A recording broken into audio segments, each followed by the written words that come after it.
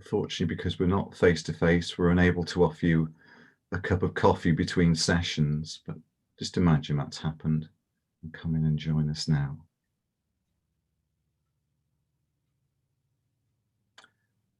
Okay, I think I'm going to start the session moving. For anyone who doesn't know me, my name is Peter Kent. I'm President-elect of ICP.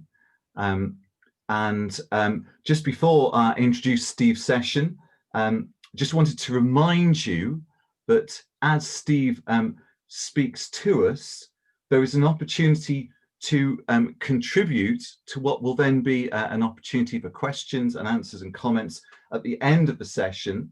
If you click on the right-hand side of the portal on live Q&A, and there you can type in a question, a comment, which we're also able to like, and there will then be a chance for me to put to Steve comments that seem to have attracted a number of likes or interests at the end of the session. It's a real pleasure and a privilege to be able to introduce this session from Steve. I first worked with Steve in England, where he was an inspiration to school leaders across the country. And it's been a real pleasure over recent years to work with Steve internationally, where once again, he's been an inspiration to school leaders from across the world. Steve's been a real friend of ICP, and we're really grateful to you, Steve, for coming to speak to us today on this theme of imperfect leadership in times of crisis and uncertainty. So if I can hand over to a thunderous round of online applause to Steve Munby. Thank you, Steve. Well, thank you, Peter. I am delighted to join ICP colleagues today at this very special online council meeting.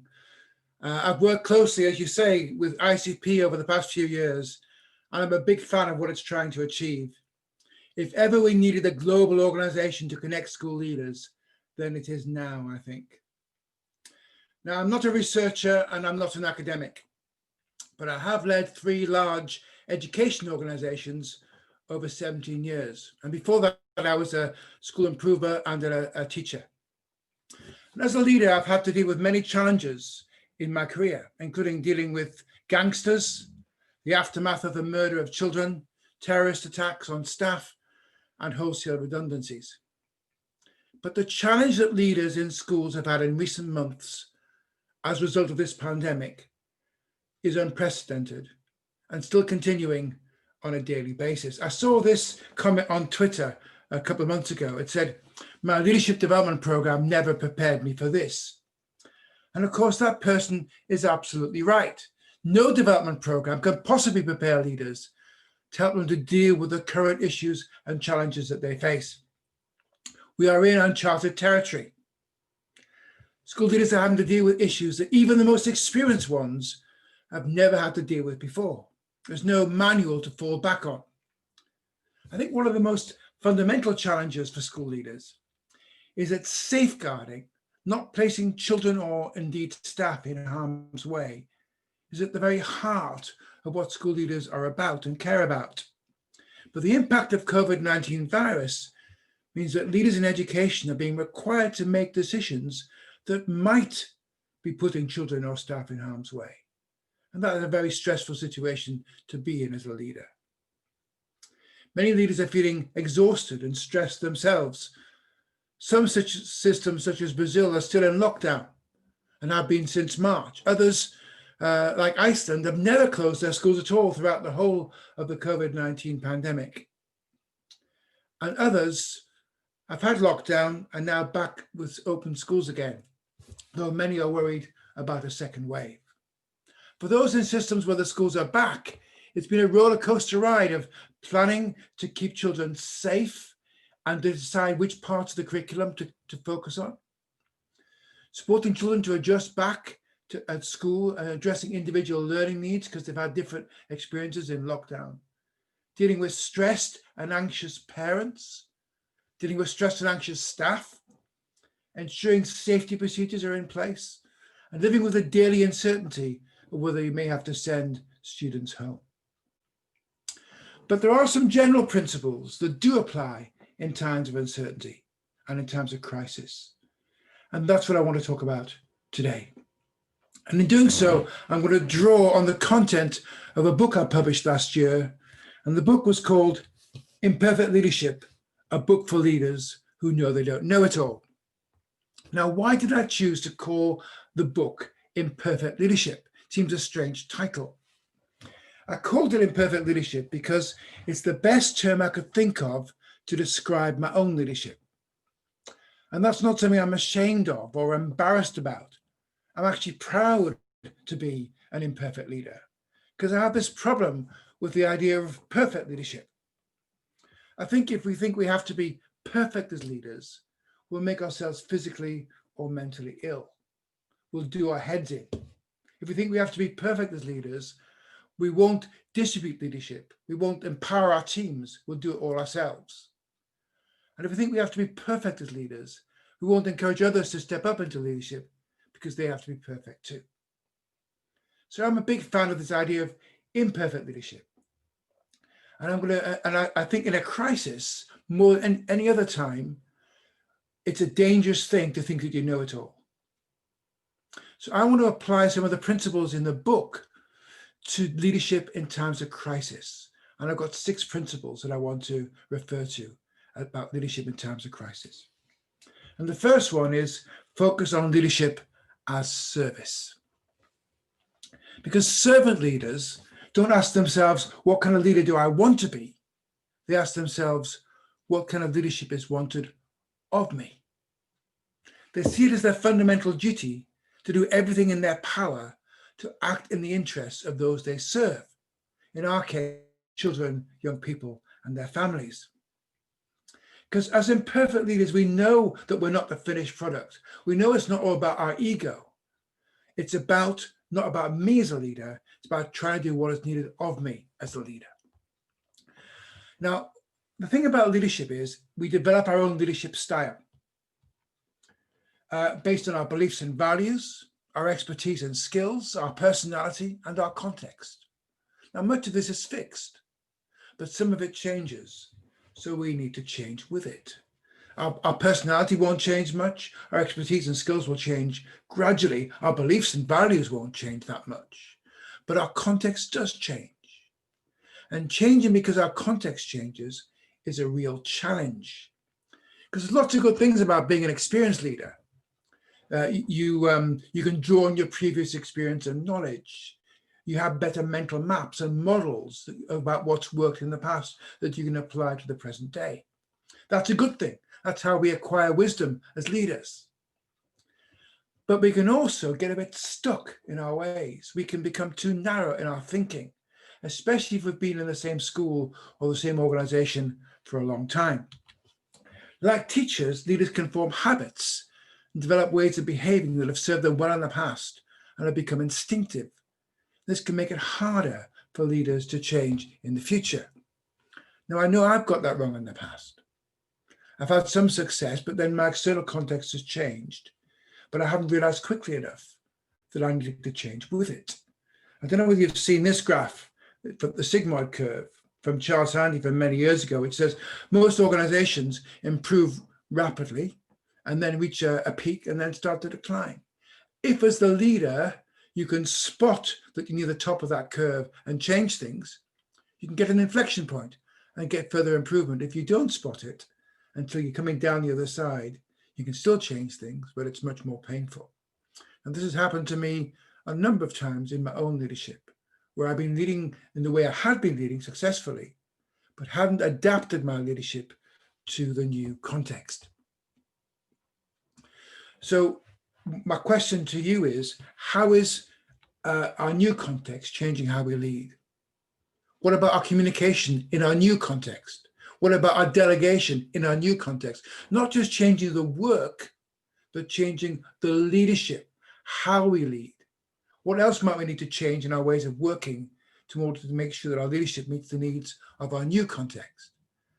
And how might we apply what we are learning about leadership even when the pandemic is over? So the first principle then is leadership as service and doing the right thing in a new context. The second principle is show up and walk into the wind.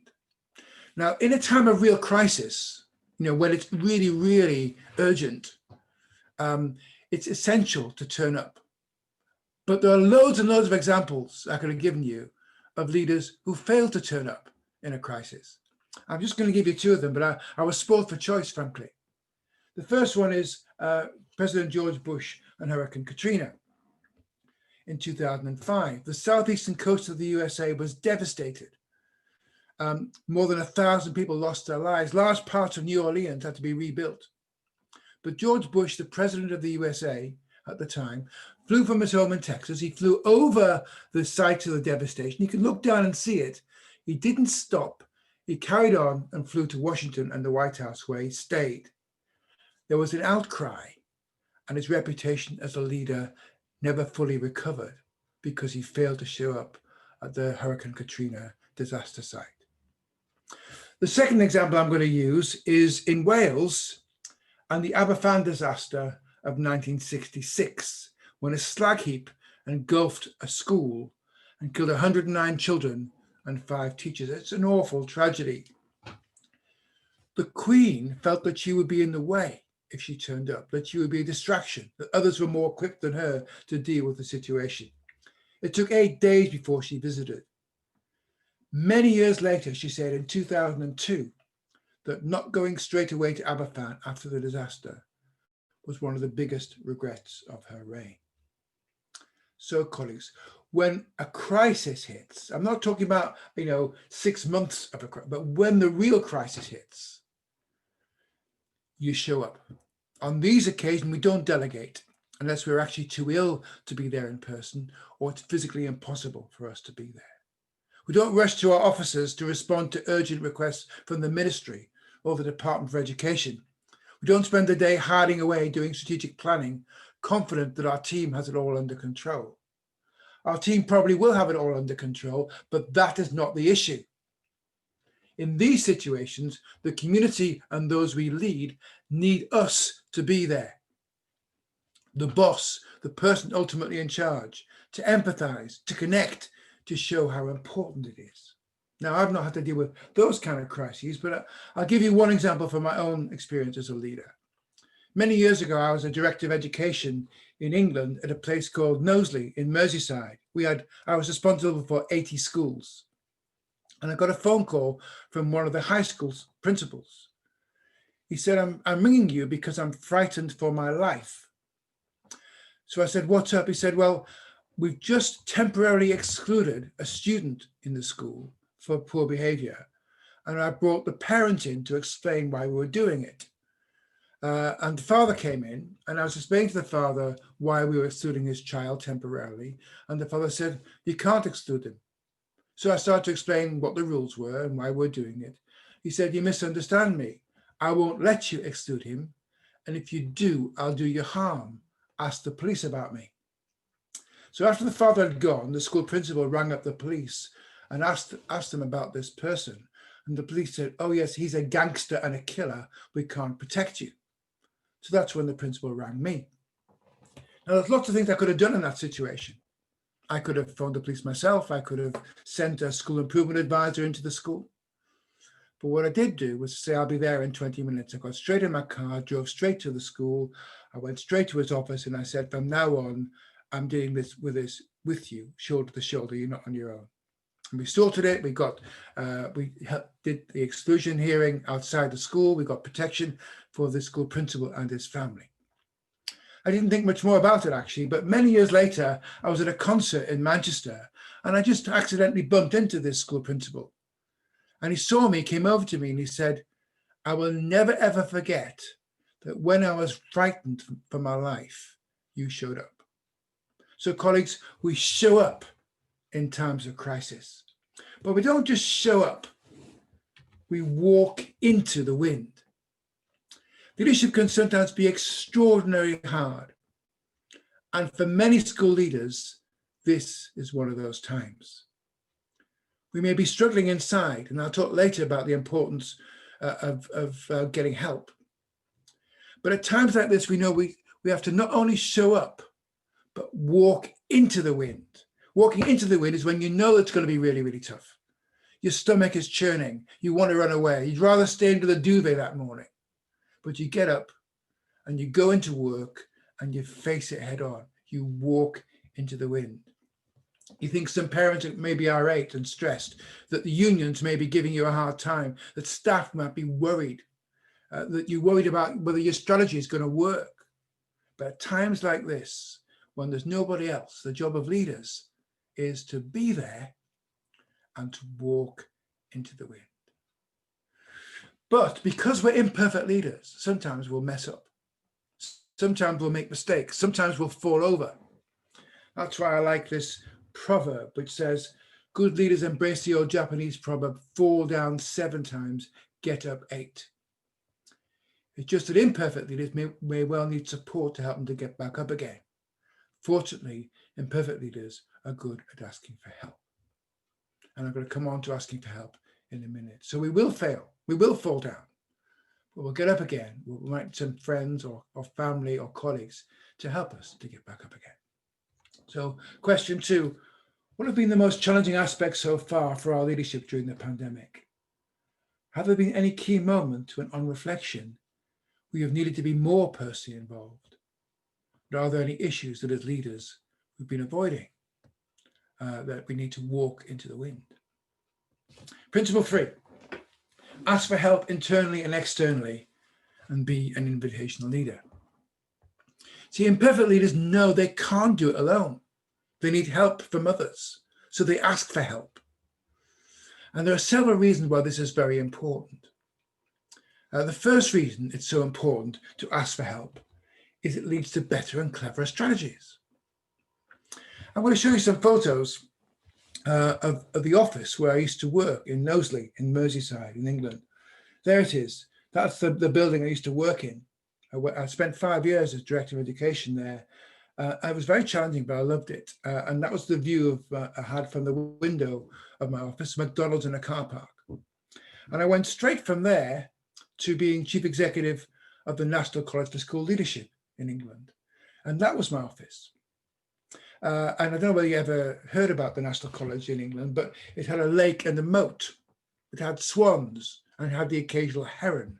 It had 100 bedrooms, a posh restaurant and a bar, and that was the bar. And when I photographed the bar there, and when I got the job, the education minister said to me, I was told that the education minister was expecting me to advise them on school leadership. I'd never even met an education minister before. So it's completely out of my depth. You can see that it was a very big change for me in terms of my role. Now, when we find ourselves out of our depth, when we find ourselves not knowing what to do, the main thing we should do at that point is ask for help. I asked for help. I got myself 4 mentors. The first one was a former education minister, Estelle Morris, who advised me on how government worked and how the ministers operated and what officials did. The second one was a guy called Tim Brighouse, who was a great strategist and also a great moral purpose guy, full of strong values. And I wanted to hold on to my values, but also wanted to think about strategy. And he was excellent help to me in that. The third person I got was a guy called Tony McKay, who was the best networker I knew. And I figured if I was going to be successful at the National College, I'd need to meet a lot of key people and get them on side so Tony could introduce me to them. And the fourth mentor I had was a guy called David Albury, who'd written a critical report on behalf of the government about the National College about 6 months earlier. And I figured if he knew what the problems were in the organization, he could work with me to solve them. So I got help, and I could not have done the job without it. So good leaders know they're imperfect, and they know they don't know it all. Jurgen Klopp was asked, the Liverpool manager in England, the football team, was asked just before lockdown why he was playing a football match. This is what he said: "I'm a football manager, not an epidemiologist. Ask me about football and management. Ask the epidemiologist about coronavirus." He knew what he was good at. He knew what he was not good at and what he wasn't an expert in. Now compare and contrast that with a statement from Donald Trump a couple of months ago. And then I see the disinfectant where it knocks it out in 1 minute. Is there a way that we can do something like that by injection inside or almost a cleaning? Because you see it gets in the lungs, so it'll be interesting to check that. Here's Donald Trump, who's no epidemiologist, thinks that he's suggesting that we all swallow disinfectant. Klopp knows he's not an expert and asks for help. Trump thinks he's an expert in everything. So if you want a good outcome, we ask for help, colleagues. The second reason it's a good idea to be an invitational leader is it builds a sense of collective ownership, especially in times of crisis. This is really important. Now, you're going to set a broad direction. You're going to make a broad decision about the way forward, especially in times of uncertainty. It's important that you do that. But you're going to ask for help to turn it into a reality. You're going to ask for help to do some collective problem solving, to help to remove the barriers. And that builds a sense of collective responsibility. When I went to the National College for School Leadership, I knew I was supposed to have a vision for the new organization. I wasn't supposed to turn up on day one and not know what to do. But on the other hand, I wanted to build a sense of collective responsibility for the vision, not just my vision. So I told the staff this story just before I started. I got all the staff together just before I started at the National College, and I told them this story.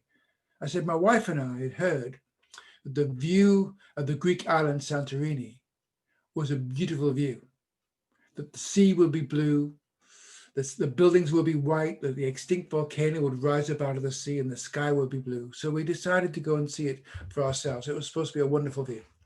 So we flew to Santorini, got off the plane, got into the minibus, and it took us to the cliff edge to see this wonderful view. And that's what we saw.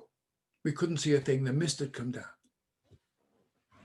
But we knew it was going to be a beautiful view. We knew the sea would be blue, the buildings would be white, the extinct volcano would be rising up out of the sea, the sky would be blue. We just had to wait for the mist to clear. So I said to the staff at the National College, I have a vision for the organization. It's got this aspect and this aspect and this aspect, but it's a misty vision. I want us to work together to clear the mist. Colleagues, if we ask that, we set the broad direction. We don't come up with no ideas ourselves. We set the broad direction, but then we ask for help. We ask for their ideas to help us solve some problems and create collective responsibility, especially in times of crisis and uncertainty. Build a sense of collective responsibility. And the third reason it's important to ask for help is it builds trust amongst our teams. Now, on this one, I think it's really important. We know that teams do not work well together unless they trust each other. You trust them, they trust you, and they trust each other. And Patrick Lencioni says that teams that trust each other exhibit these kind of characteristics. They admit weaknesses and mistakes. They ask for help. They accept questions and input about their areas of responsibility. They take risks in offering feedback and assistance.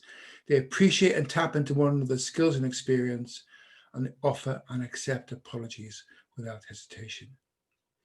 Colleagues, if we want a trusting team, if we want a team to trust us and trust each other, then it's essential that we model those behaviors ourselves, that we admit our weaknesses and mistakes, that we ask for help, that we accept challenge, welcome challenge, that we offer and accept apologies without hesitation.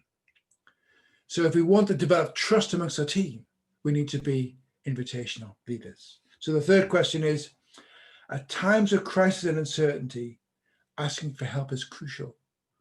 What sometimes prevents us from asking for help, internally or externally? And how are we using invitational leadership in order to build trust amongst our team? Okay, the fourth principle: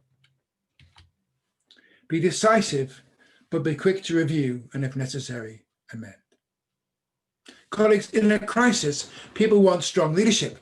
They want decisiveness. They want a clear direction. What they don't want is dither.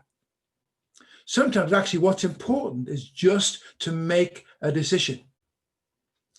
But in unprecedented situations, it's possible that we get this wrong. So on the one hand, we need to be decisive.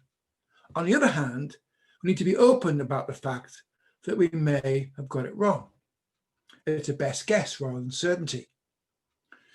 So to move forward, we make clear decisions informed by careful reflection and the advice of experts. But we also need to review those decisions regularly. And if the decision was made in good faith but turns out to be the wrong decision, then we need to admit that openly and then make the right decision. If we do get it wrong, then we take responsibility for that and we genuinely apologize. My friend and colleague David Bell says, if we made a bad call at the beginning of the crisis or we have misstepped along the way, change course fast and don't make sorry the hardest word. Some national government leaders seem to find it impossible to say sorry, we got it wrong. And it's important that we see some national and state governments, they don't acknowledge responsibility. They say, I'm sorry you feel upset about, but they don't say, I'm sorry, I got it wrong. So when it comes to an apology, the most important thing is to accept responsibility. If we made a mistake, admit it. Let me give you one example of this. No exams took place this year, and each in England, in Ireland, in Scotland and Wales, in the UK. Each separate education system made the decision to try to standardize the school's judgment about each student's grades by using an algorithm. This went badly wrong in each of the 4 education systems, especially with more disadvantaged children. So it was just unfair. Now in Scotland, a day after the grades had been published, the First Minister got up and said, we got this wrong. I'm apologizing. We're changing it. We're not going to use the algorithm. We're going to trust schools' judgments. In England, it took a week. First of all, they said that the system was robust and they defended it. And then it took them a whole week before they changed their mind and said, no, we're not going to go for the algorithm. We're going to trust schools' judgments. And even then, the Secretary of State, the Minister for Education, blamed Ofqual, the exam regulator, rather than taking the blame himself. So colleagues, people will forgive leaders who sometimes make mistakes and admit to them, but they hate a cover-up or a blame culture.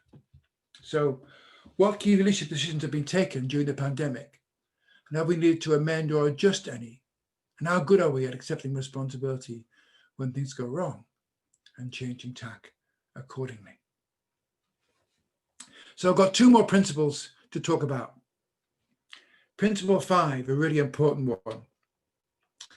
Deal with the urgent, but build in some space for the strategic and for the future. Colleagues, the urgent is essential in a crisis, in times of uncertainty. People need you to lead. They need you to address what's coming at them. But sometimes the urgent can become compelling, almost attractive. The adrenaline flows, you feel important, you're making a difference, you're responding to immediate needs. But even in a crisis, it's important to set some resource aside to look at the big picture. Again, here's a quote from Twitter. Am I the only head teacher whose head is so crammed full of rotas, guidance, updates to everyone, classroom reorganization, distance checking, paper towel ordering, and other assorted logistics, but they've forgotten how to do actual school development type leadership things? Of course, that is happening in lots of different places around the world in many, many, many different schools. And it's understandable. But Michael Barber, in a recent blog, tells the story of how in 1940, when London was at war and completely isolated and being bombed every night by the Germans, who'd already overrun the rest of Western Europe and was about to, they thought, invade England, a small number of senior officials from the Board of Education settled into a few rooms in a hotel in Bournemouth and set about the task of designing a school system for after the war. 4 years later, this provided the foundation for the 1944 Education Act and post-war education system. In the middle of a war, in the middle of the crisis, they started planning for the future. Now, colleagues, COVID-19 is a catastrophe. 24 million children globally are at risk of not returning to school as a result of this. That's an incredible number. 1/3 of school-aged children globally have not received any formal learning while their schools have been in lockdown. Lots of other services that schools provide, in addition to teaching and learning, has had a big impact on the mental and physical health of millions of children. So this is an absolute catastrophe. We have to accept that. But in addition to accepting it's a catastrophe, we have to think, can we build something better out of it? One of my heroes is Leonard Cohen, who says, the Canadian singer who died a few years ago, there's a crack in everything. That's how the light gets in. So the pandemic is showing up a lot of inequity issues, a lot of things that are wrong with our educational system. Can we use that to try and build something better in the future? And I want to suggest that we can do. I want you to imagine it's 2 years' time, or 18 months' time, and the pandemic is over. We've got a vaccine. It's safe. We can go back to what we used to do. So with apologies to Adele, hello from the other side. We've been it. It's over. We're finished. Imagine that. What 4 things could we have done as a result of the pandemic to make things even better for our schools and for our education system? I think it's these 4. A renewed valuing of schools, move away from a technocratic approach to a more rounded perspective on education. Because I think the key message that the pandemic has taught us is the real value of schools. We really miss them when we couldn't go to them. We miss schools not just for the chance for students to learn again through a well-taught face-to-face curriculum, but that's important, but also for the other hugely positive aspects of school life. Schools are so much more than organizations that exist to enable young people to pass exams and tests, important though those are. The value of schools as communities has come through really strongly through this pandemic. For many young people, schools provide a feeling of safety and security that perhaps they don't get at home, a sense of order and expectations that may be lacking elsewhere. For some students, it's the only place where they have a positive and valued relationship with a significant adult, or a chance to spend time with a friend who likes them and values them. And schools help us to explore possibilities. They connect us with people who are not like us, as well as with people who are like us, encouraging us to embrace diversity and to explore identity. We miss schools for the humor, for the interaction, for the sense of belonging. And of course, this applies to staff as well as to young people. So hopefully after the pandemic, there'll be a deeper public recognition about the purpose of schools, their value, and their place in our lives. And as a result, that well-being and community engagement will come back on the agenda as part of the core purpose of schools, not just a byproduct. The second thing I hope can happen is stronger links between schools and parents developed during lockdown, continue to grow. And when I talk to school leaders at the moment, they're saying during lockdown, they developed better relationship with most parents, because instead of dealing with the parents through the students, they were dealing directly with the parents by phoning them at home, by talking to them at home about how they were supporting education in their homes. And that stronger relationship that was built over lockdown can be built on to improve and continue to develop that strong relationship that's needed between schools and parents. The third thing is that fewer isolated schools, stronger focus on working together across local areas in the interest of all children and the whole community. Because we know that during the crisis, during the pandemic, schools that stood alone and were isolated didn't function well in times of crisis, because the schools that worked together with other schools and with other services did far better. So I hope as a result of the pandemic, there'll be a greater commitment to focusing on collaboration that puts the needs of children and the community and the locality first, rather than the needs of a particular institution. In too many systems, we have this leaky boat syndrome, with some people feeling that they're fine and others who are feeling that they're struggling and in trouble. But colleagues, the pandemic should help us to understand We're all in the same boat. If we want every child to succeed, we have to work together. I want you to imagine that your school is a fishbowl. You know what goes on in your school. It's familiar. You know the people, you know how it works. But as a result of the pandemic, you have to work with other schools more, other services more. You have to jump in the lake. But the lake is full of unknowns and there's strange people in there, strange fish in there, swimming differently. My big hope is that as a result of the pandemic, there'll be a greater commitment to system improvement, not institutional improvement, working together in the interests of all children. And finally, a greater emphasis on collective responsibility rather than top-down accountability. I think hopefully the pandemic will create an increasing realization of the top-down nature of high-stakes accountability systems with standardized tests and high-stakes examinations are doing more harm than good. I'm hoping that increasingly schools will be looking outwards to their communities rather than upwards to some kind of accountability system. Increasingly schools will set out to parents and their colleagues and other schools and the local community what they hope to achieve on aspects such as academic progress, but also on other aspects such as well-being and engagement, and then be prepared to be held responsible for delivering on those outcomes that they're hoping to achieve, and held responsible not by the government, but by parents and the community and by their colleagues. A development of collective outward-facing responsibility rather than top-down accountability.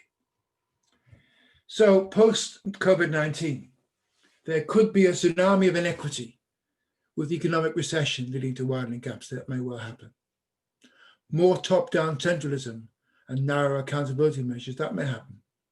More competition between schools and school leaders ground down, exhausted and feeling powerless. Those are possibilities. How are we going to respond to that? Well, I'm suggesting we will lead with humanity and connectedness with our communities.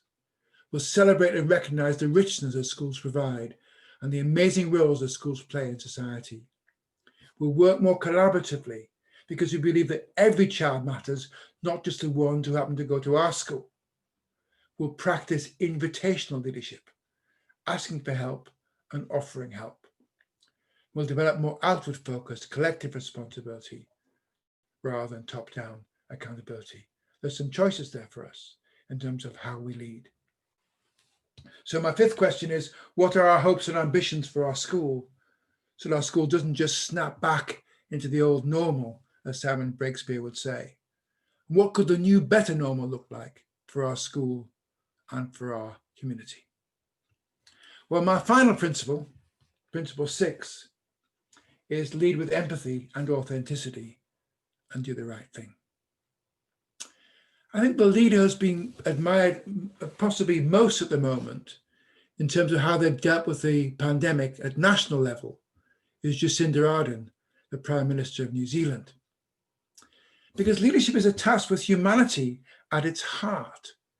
And she's demonstrated that in bucket loads.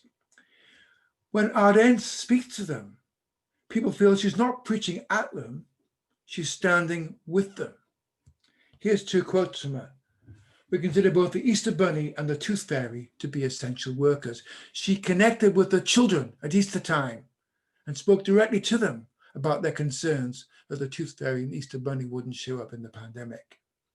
And a couple of months later, she announced that she and her colleagues and public service CEOs will be taking a 20% pay cut because they so empathize with the challenges that the New Zealand citizens were experiencing. They wanted to demonstrate that they were empathizing with them and went through their own pain.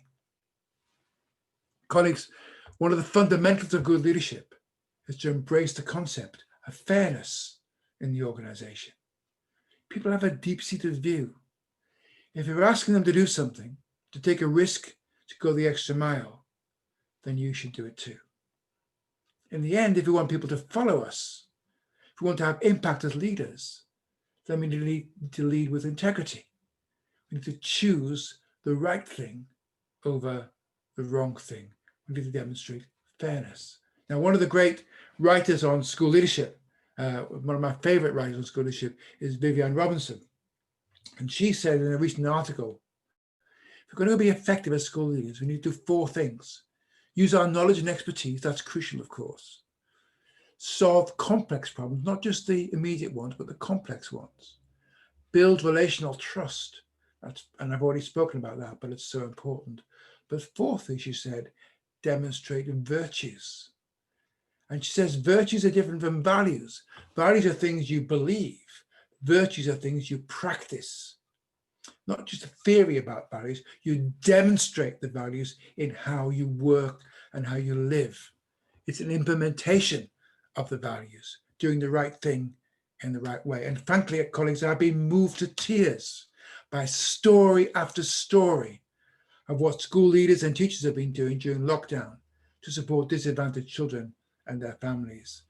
And they've chosen to do the right thing.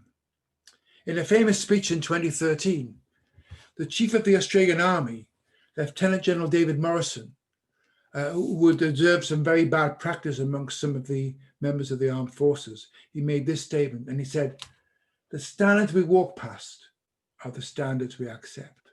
The standards we walk past are the standards we accept. I think that's a really powerful comment. It's not just what we do, it's also what we choose not to do and what we choose to ignore rather than to challenge. That's what virtues are, living and modeling the values.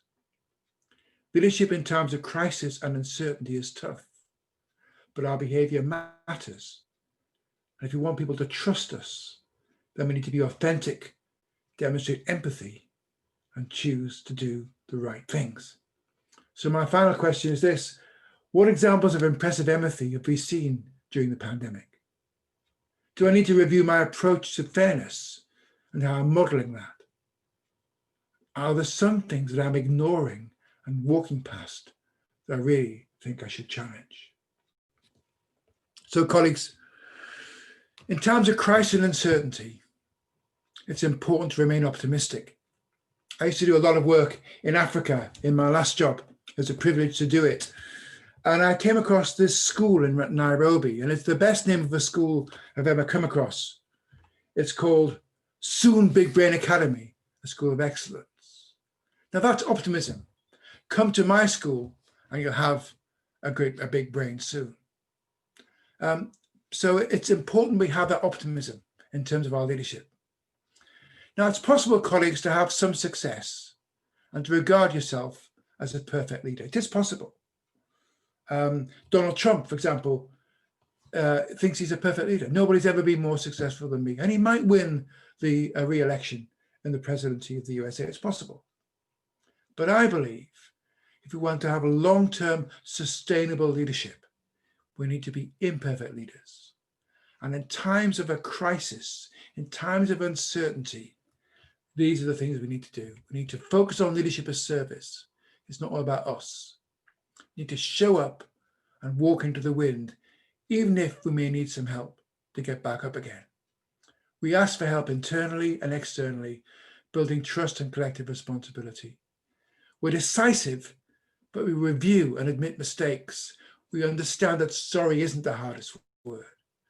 We deal with the urgent, but give space for the strategic. And we lead with empathy and authenticity, and we do the right thing, because we know everyone is fighting a hard battle.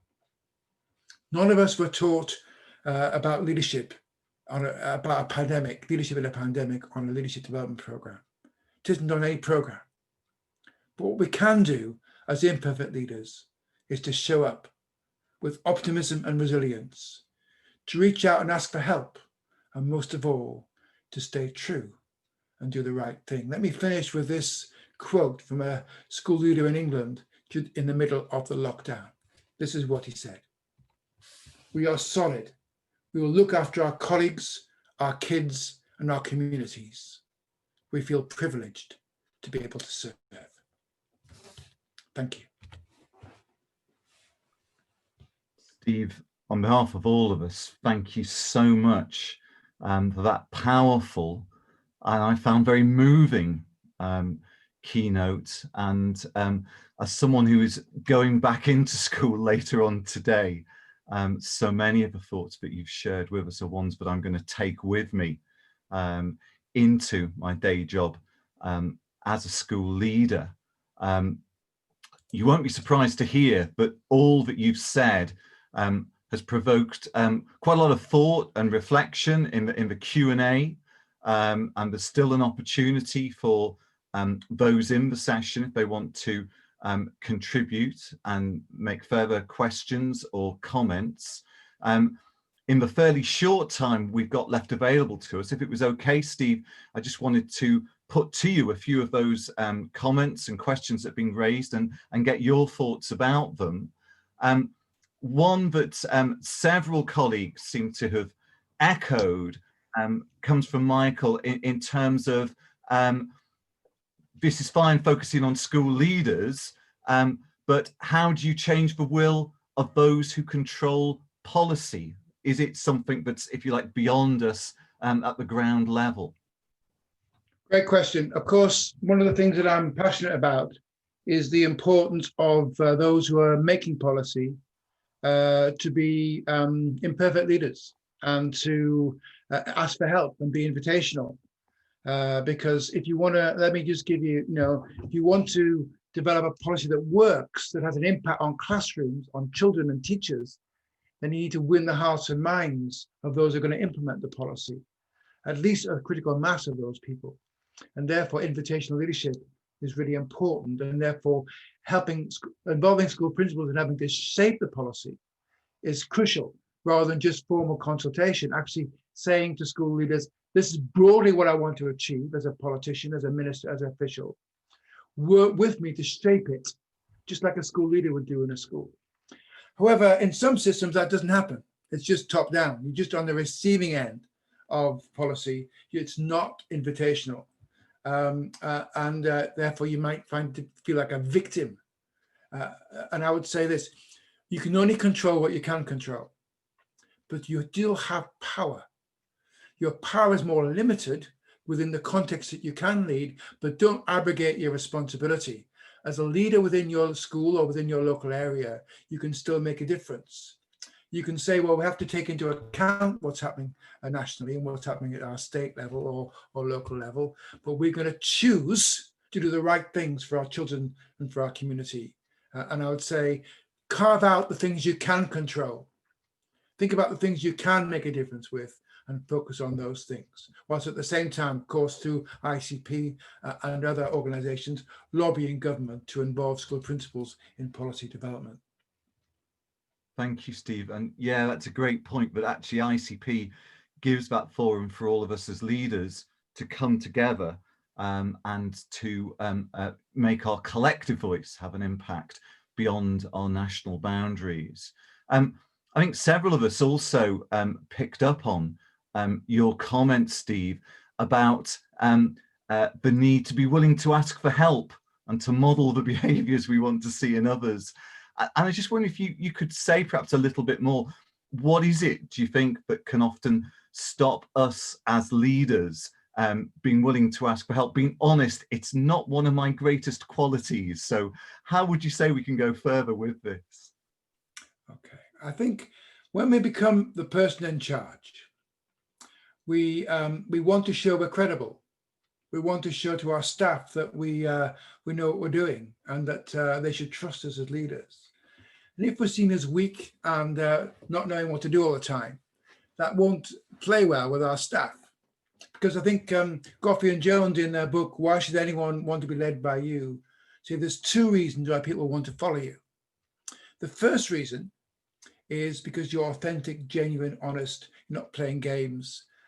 You're someone of integrity that they can trust. That's crucial. But the second reason is they think you might know what you're doing and have some credibility and some expertise that will help them to be in a better place. So leaders are tempted to think, well, I shouldn't admit I don't know the answers. I shouldn't ask for help because I'm supposed to know it. Now, obviously, not knowing anything is a problem. Being a complete quivering wreck is a problem. Making mistake after mistake after mistake is a problem, but asking for help is entirely a good thing. Because if you ask for help externally by saying to a colleague, what would you do in this situation? Or by asking someone who's an expert in that area how they would handle it, you're more likely to make a good decision. I can't understand why people would not want to do that. I can't understand why people would not want a mentor. It doesn't have to be public. You don't have to announce to all your staff that you're weak on this, so you're getting help. You just have to have access to mentor and expertise so you can make better decisions. But also, it actually plays well with the staff to say, I know this, but I don't know that. I'm good at this, or I'm not so good at that. But you're good at this. Will you help me? That empowers rather than just the opposite. So I know why leaders don't do it. Either because they don't want to appear weak, or as if they don't know what they're doing, and B, because they're too busy.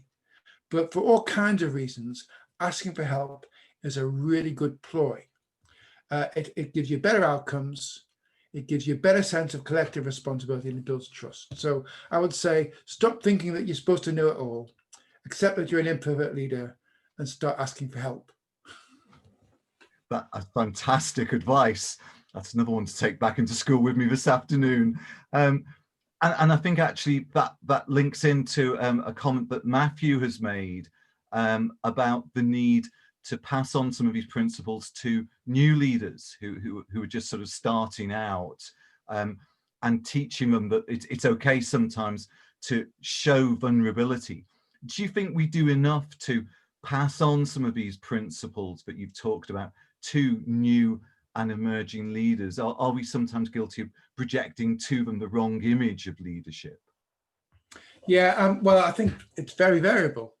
I think if you have a leader in a school who understands about imperfect leadership and makes themselves, is honest, I think it's very powerful, and it can really help people to grow. I know some CEOs and principals who do this brilliantly, and they're instead of writing people off as not good enough, not ready for leadership, they're constantly saying, well, I was never the finished product when I became a leader. You're not the finished product either, but I'll support you, I'll help you. And then model that. But you find other leaders who do the opposite, who make it seem like an impossible job to be a leader. And it's too hard, and I'm not ready, and I'll never be ready. And they put people off. And it's tragic, because as leaders, our main job is to empower our staff. And one of our key roles is to help people to step up into leadership and grow talent. And if we're putting people off by saying, oh, this job's too hard, and you have to know it all to be a leader, that's a dreadful thing to happen in an organization. And people in the end will want to leave because they're not being developed or supported in the school. So I think it's crucial. It's crucial that we ask ourselves, how are we developing talent in our school, in our organization? And what are we doing to model the fact that you don't have to be a finished product to be an effective leader? Yeah. Again, I think very powerful point about not needing to be the finished product to be a leader. There's another sort of strand of questions and comments that's come through in response to what you say, about this whole theme of reimagining schooling. And one colleague has asked, how can we support leaders to reimagine schools and schooling, as they put it, rather than waiting for the pandemic to disappear so that we can just go back to the way we were beforehand? It's a great question. And I know that it's a horrible time for large numbers of people, the pandemic, and it's having a devastating impact on children globally. But as I said in my speech, it is an opportunity to think about how we can make it better. And I would say the key thing here is to think about, build in some time. I mean, I know that schools in the UK, Peter, you'll know this, they're just constantly, dealing with the urgent and the now, because it's so challenging and so tiring. But just trying to find some space to think and reflect, especially with colleagues from other schools or other systems. And the great thing actually about what's happened, the positive thing is people are more confident about the use of technology, and they're able to connect in a way which doesn't involve travel. So you can have a discussion with colleagues within your system or even beyond your system about what they're doing to build back a better normal, and learn from them and challenge each other. And I would say that's a great way of doing that. Not doing it on your own in isolation, but doing it by challenging each other and thinking things through and finding out what other people are thinking about how to bring back a better normal. And I work all over the world, and I've been really excited by some of the things that I'm hearing and seeing about school leaders and indeed systems trying to build back a better normal. And as you say, Steve, again, that's a wonderful part of the linkage that ICP provides, that chance to share that experience. And just picking up on that point, because I found that very powerful, what you said about the better normal. You identified some features of it, such as less isolation, more connectivity. Do you feel optimistic at the moment that when we come through all of this, we will find ourselves with a better normal worldwide in education? I think it's going to be very mixed, and I worry about the recession that will come as a result, and the funding for education that may suffer, and the unemployment, which will hit the disadvantaged more than anyone, and our vulnerable kids more than anyone. So I worry about that. We can't do much about, the economic recession or government policy. What we can do is try and build back a better normal within our own local environment. And that's why I think those 4 things I talked about are things we can do.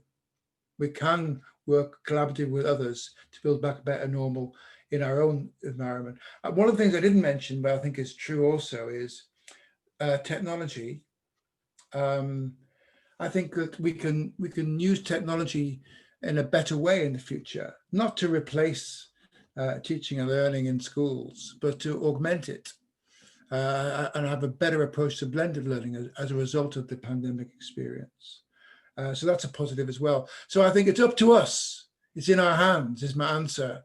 We can't control the recession, we can't control government policy, but we can control what happens at local level and what happens in our schools and in our communities. And that's up to us to be imperfect leaders. That's beautifully brought together, the thinking and the comments from this session, and what you've just said. It's up to us, it's in our hands, is a wonderful note to draw together. What I found a tremendously helpful keynote, I know everyone who's been part of this session will have felt the same. There's so much to take away. I was really struck by one particular combination of ideas you left us with, where you talked about the fact that in a crisis, a leader is a servant who shows up and accepts responsibility. And I think that's a very powerful thought for us all to take away, plus that thought you've just given us, that it is up to us, that, as it were, the future in the short term and the medium term is in our hands, and there's so much we can shape about this better normal that's due to emerge. The dreaded timeline has ticked down. We all need to go back to the next session. On behalf of all of us, Steve, thank you so much for starting off our conference on such a powerful note, and thank you for all that you've shared with us. Thank you, Peter. Good luck, everyone.